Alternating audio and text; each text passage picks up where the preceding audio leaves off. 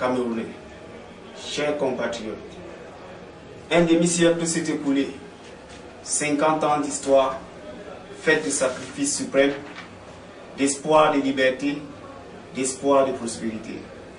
50 ans après, nous voici à la croisée des chemins, pendant que des nations ont fait des progrès énormes.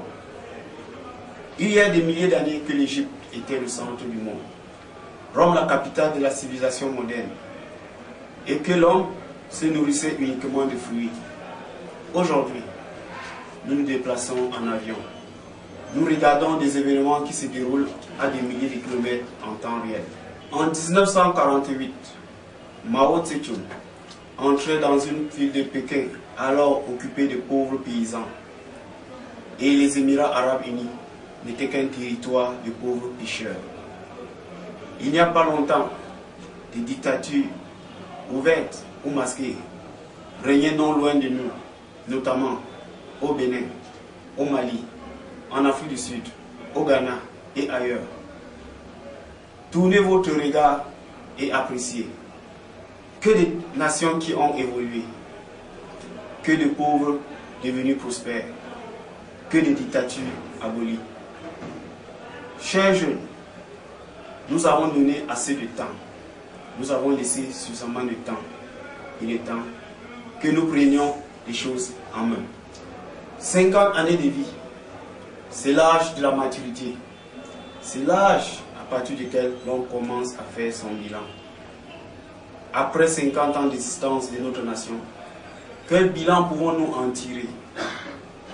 Le tribalisme, le favoritisme et la corruption ont été institutionnalisés.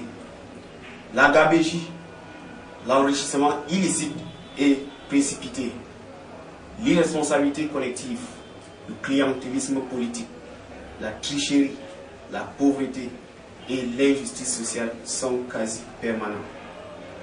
Nous avons une économie moribonde, un tissu industriel presque inexistant. La nation se dégrade pendant que les excellences jouent les saints. Nos diplômes sont sans valeur. Nos jeunes sont livrés à la prostitution et à l'homosexualité. Le chômage a atteint des proportions insoupçonnées.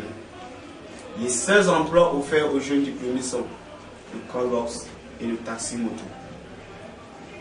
Que de jeunes à la recherche de moyens de survie, que d'espoir ruiné, que de souffrance, que de mots qui minent notre société. Mais alors, devons-nous rester les bras croisés face à ce désastre? Pour nous jeunes, le développement de notre nation doit être notre préoccupation. Nous avons le devoir de rendre ce pays leader, de le reconstruire. Ensemble, réalisons ce qui n'a pas pu être fait en 50 ans de règne, afin qu'au bout de 500 ans, des générations à venir apprennent que 5 siècles auparavant, nous avons été présents. C'est un devoir de mémoire. Écrivons l'histoire, notre histoire, comme l'ont fait Moïse, Jésus, Mohamed et bien d'autres. N'acceptons plus que des sexagénaires, des octogénaires, au crépuscule de leur vie, continuent à nous embarquer dans le train de l'illusion. Ce pays est à nous. Il sera ce que nous voudrons qu'il soit.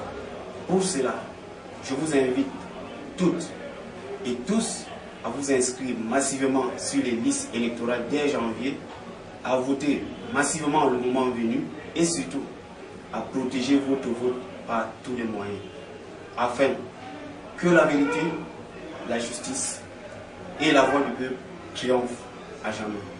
Vive le Forum, vive la République, que Dieu bénisse le Cameroun. Bonne et heureuse année 2010.